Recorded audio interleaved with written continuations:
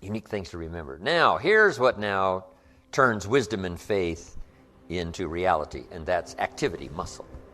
Muscle. The labor, the work. Some people go for affirmations, but see that I do believe in affirmations, but here's the key on affirmations, and that is to affirm the truth. Affirm the truth. If you're broke, best thing to affirm is, I am broke. You put that up on the refrigerator where you can see it every day. It'll drive you to sign up for a class to learn a skill so that this doesn't happen anymore. Now, if that doesn't do it, reaffirm and put this up there. I'm 40 and broke. See, that's a lot more alarming. And if that doesn't work, put this up there. I live in America and I'm 40 and I'm broke. Something is wrong. Not with the country now. You don't have to build a raft. You don't have to build a raft and go to another country. Something might be wrong with your philosophy, your policy, your plan, and your strategy. So, affirm, yes, but always affirm the truth.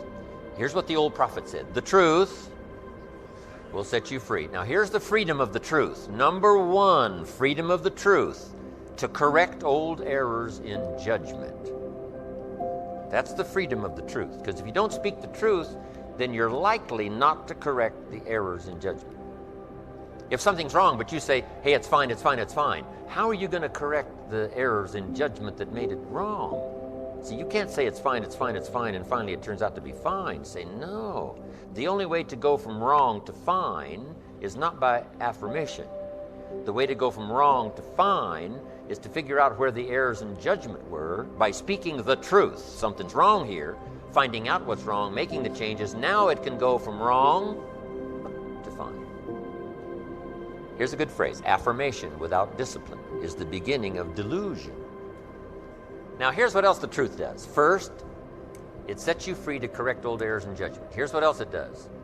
Helps you to set up new, easy disciplines to turn wrong into right, to turn lack into prosperity, to turn skepticism into faith. Now, let me give you the secret now to creating a hotel. The final secret is discipline. But in order to turn wrong into right, we must speak the truth.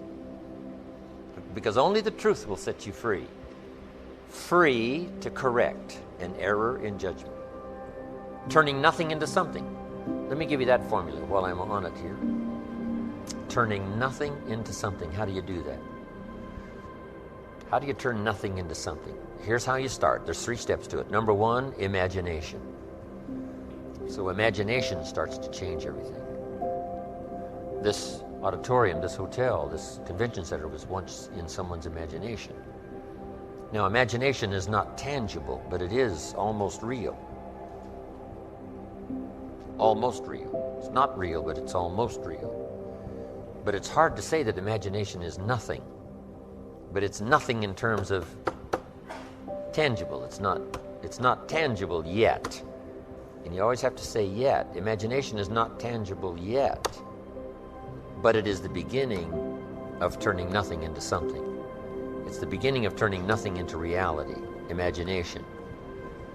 So the hotel I'm staying in next door was once in someone's imagination. Imagination is the ability to see things that don't yet exist. The ability to see what does not yet exist. Imagination is real in the sense that it affects. It'll affect your behavior, it'll affect your enthusiasm, it'll affect your emotions.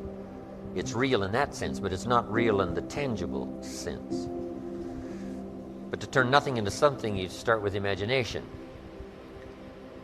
Next is faith. To believe that what you imagine is possible. How do we start to strengthen our belief in that what we imagine is possible to turn it into reality?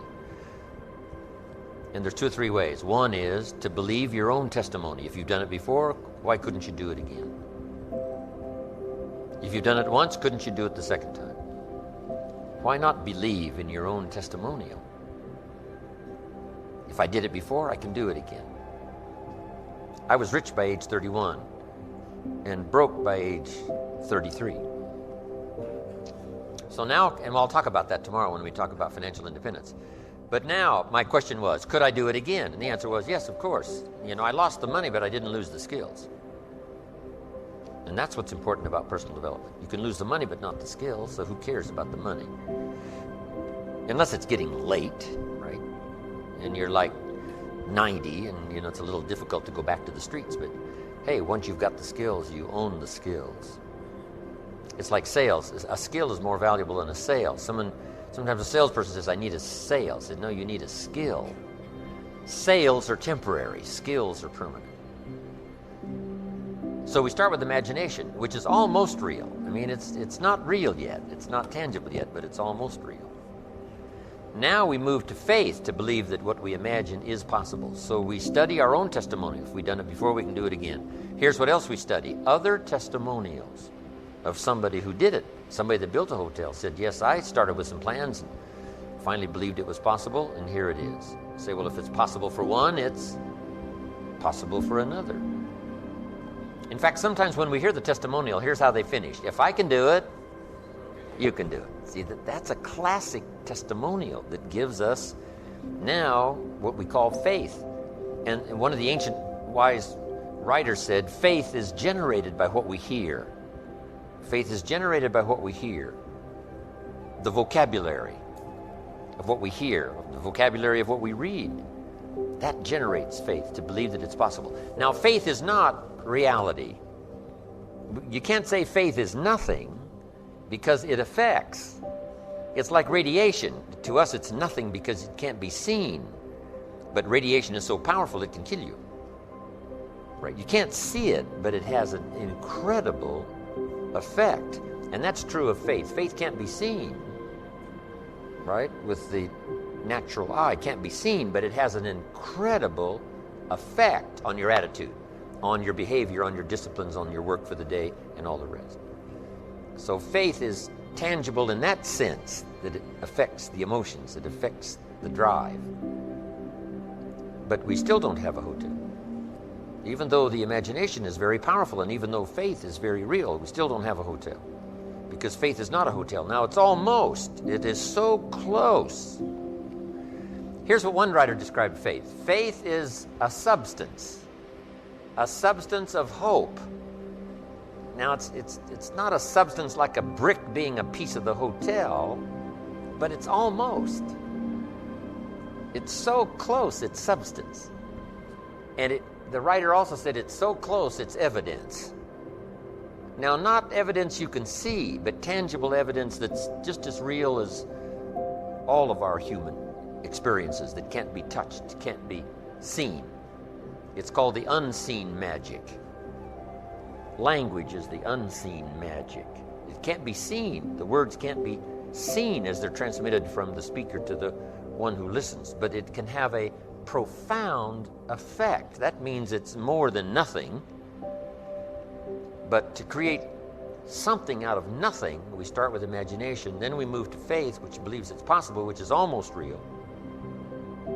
I built my first home for my family in Idaho many, many years ago. And before I started this home, to construct it, I used to take my friends out to the vacant property. And I would take them on a tour through this house. Do you believe that? I would say, this is the living room. It's got a fireplace here. It's brick. And then come around here into the family room. Another fireplace, see-through. On this side it's stone, on this side it's brick. I would walk them through the 3-car garage. Then I'd say, now we're going to take a tour into the kitchen. Here's the view outside the kitchen. They'd look through the window at the view. I could describe it to the detail. Walk them through the bedrooms, right? Down the hallway through the bedrooms. I could describe this whole house in detail. I described it so well one day, one of my friends bumped his shoulder on the fireplace. Left a little bruise there. Isn't that true, though? Faith and imagination is almost. It's called evidence and substance. Now, it's still not tangible, but it's not far from tangible. But now here's what we do with faith and imagination. We deposit it in disciplines and activity. because faith without the activity serves no useful purpose. Imagination without the activity to translate it into reality serves no purpose. But wisdom and faith deposited in activity creates reality.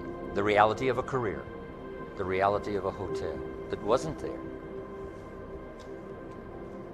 Then this is a bit of a time management that will sort of translate into time management.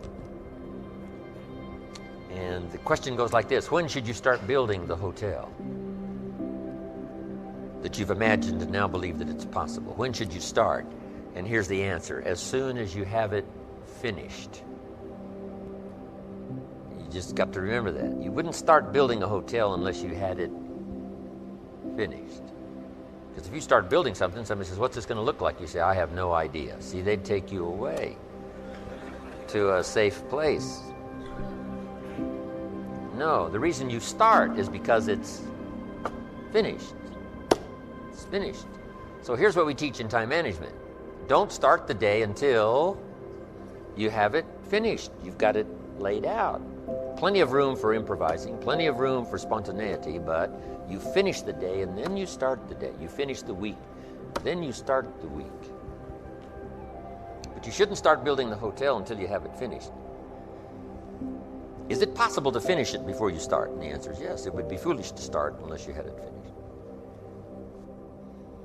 Because here's the formula for failure and here's the formula for success. The formula for failure, number one, a few errors in judgment repeated every day. We call that the formula for failure. A few errors in judgment repeated every day. Now, why would you repeat an error in judgment the second day? Reason: failure doesn't occur at the end of the first day. If it did, it would be helpful, because then you wouldn't do that anymore. But errors in judgment are so subtle because they don't usually show their results until for a while. But a few errors in judgment repeated every day, and sure enough, you're way off course. Now, here's all you got to do to turn that around. A few simple disciplines practiced every day. A few simple disciplines practiced every day starts to create success. Not at the end of the first day. The first day is the end of a new beginning. The first day. That you've started a new track, that you've started a new direction. So we must all speak the truth. So affirm the truth. Yes, affirm God is good. Yes, affirm life is full of possibilities. Yes, affirm all the truthful possibilities. But you don't need to try to trick yourself into saying something is okay when it isn't okay. Some people say every day in every way I'm getting better and better. And if that's not true, see, that we call that delusion. If it's not true. If it is true, then it's wonderful, it's fabulous, we should celebrate. But if it's not true, every day in every way I'm getting better and better, see, if that's not true, then it is an affirmation that's destructive.